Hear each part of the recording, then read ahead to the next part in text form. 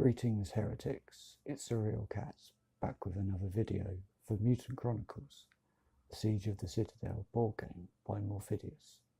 And this video will be concerning setup, and this is just the setup for the first mission.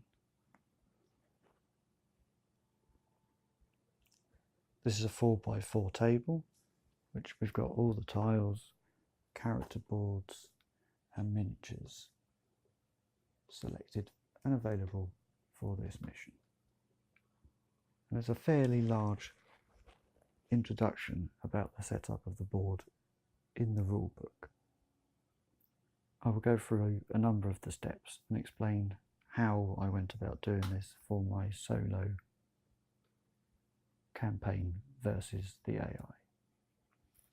The game can be played in two ways, either as a single one-off game where you pick a mission and just get down with models on board and you can declare a win at the end of the game, or if you want to experience your Doomtroopers getting harder and harder and better at what they do, then you play as a campaign.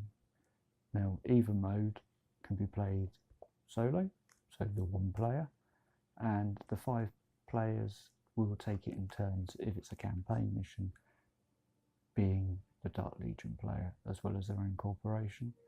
So it adds a little bit of that competitive, playing the baddie as well as your own corporation, which could probably help you skew some of your secondary missions, but not all missions have secondary missions. So the steps that you take for setup would be corporation selector. Well, I've chosen my 2 corporations quite nicely and I've set their boards up with equipment and the level cards that they're meant to have for this level. Step 2 is determine the Dark Legion player. Well, again, that's me, so I play 3 people. Then you have a mission selection. If you're playing single player or multiplayer single missions, you can just choose one out of the book, but obviously, as it quite nicely states, when playing a campaign, players may want to start with mission number 1 and advance to the next mission as they advance the storyline, which is fairly easy to understand. Next, you build the mission map, which requires the mission book, and it lays out exactly how you place the tiles, like I have here. As you can see, the boards each have a number, and the map shows you where that number goes in the right order. So it forms corridors and walls carry on, and to help out it actually shows you the exact numbers and layout of the tiles without all the nice graphics on there, just to help you out. Next, you arrange the event cards. Now, the mission will explain to you what to do with the cards in the event deck, and in this particular one it says take the cards numbered 1 to 12 and draw 5 cards. The rest of the event cards are set aside and are not used in the mission. Now, these cards then form an event timer, so you have 5 cards for the 5 rounds of the game, and when they're finished you tot up whether you failed or hopefully succeeded the mission. Next, you arrange the force cards for the Dark Legion player. Again, there's a section in the book telling you, in this case, remove force cards number 33 to 36 and set them aside. They were not used in the mission.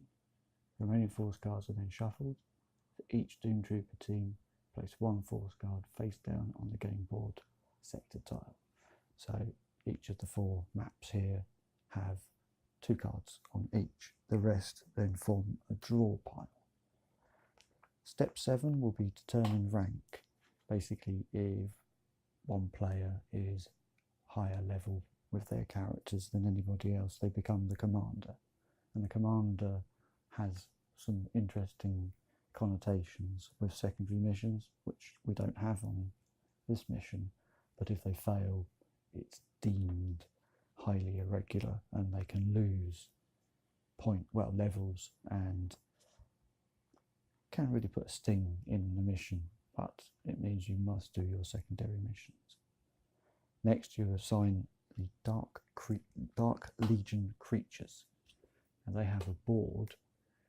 Now, this board is set for levels 1 to 2, which is the icon in the top left, and it explains what each creature does at this level.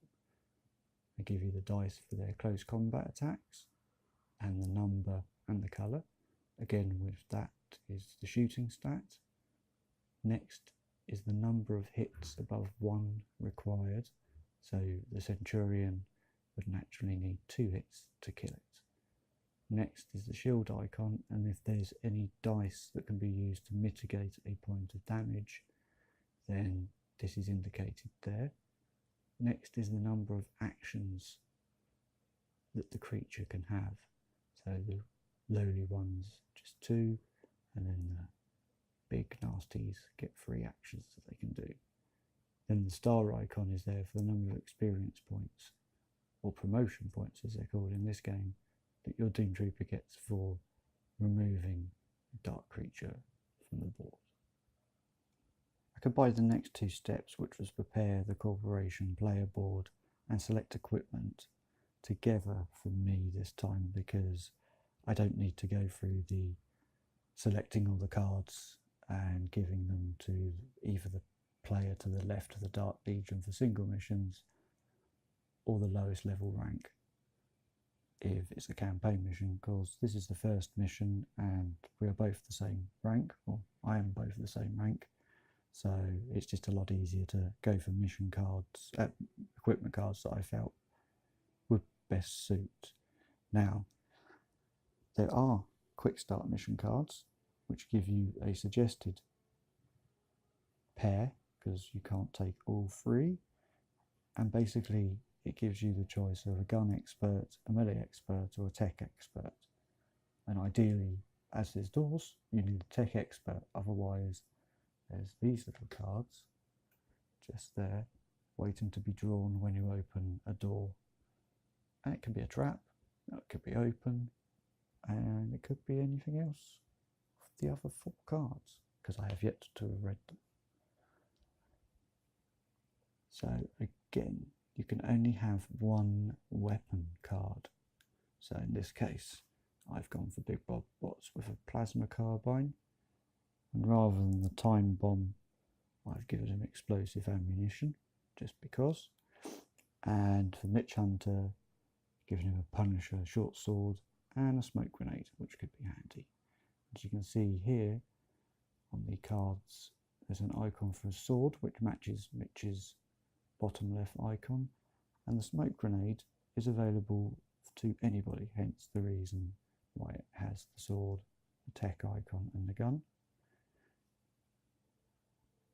This is a level card, and basically this explains the number of Doomtrooper cards you're dealt, which in this case is 3, the type of dice that you will use when you're trying to mitigate because you've got armour, number of coins that you have available to purchase, as the corporation special is you get +1, so it's 2 + 1, not 3 + 1, and they can actually take items of a higher rank than they are, hence the explosive ammunition there needs a level 2, we can buy it because we're corporation, and the smoke grenade takes up the extra 1 point that I have left over. You don't get to save them, and you don't keep equipment cards at the end of a game. You can always reshuffle and see what you want to use, especially as you level up, you get more cards to look at. And I've put the smoke token on the smoke grenade because that will come into play when gaming. Step 11 is deal secondary mission cards. There's a set of cards which is shuffled together, and then each corporation player draws 2 secondary mission cards and chooses 1 for the mission. There may be other bits in the mission book which will tell you about that each time you do the mission. Next step is deal Doomtrooper cards. Again, another stack of cards which are shuffled, and then they're drawn and placed face down, but I'm going to be placing them face up because I need to know what they're doing, because these can either be used as per the text on the card or as an extra action. You can do one of these a turn. So Imperial Special Rule means that they get an additional Doomtrooper card. So they get 4, and with Edward S. Murdoch, he has a command helmet that is suggested on the quick start card for him, which allows them to use 2 Doomtrooper cards instead of the normal 1, which could be quite handy. On the back of the Corporation Quick Reference cards is a Corporation Reference card, which guides you through what you can do in each of your turns. And there's also one for the Dark Legion as well. But on the back of him, we have the Dark Legion AI decisions. Now, to be a AI, we have a set of cards which guide us through what to do, which I will cover more when we first actually do that step, when I start the playthrough, which should be following fairly soon. Thank you for watching, and I hope you glean some information about this board game and see where I get and how infuriating the AI probably will be at beating me. See you soon.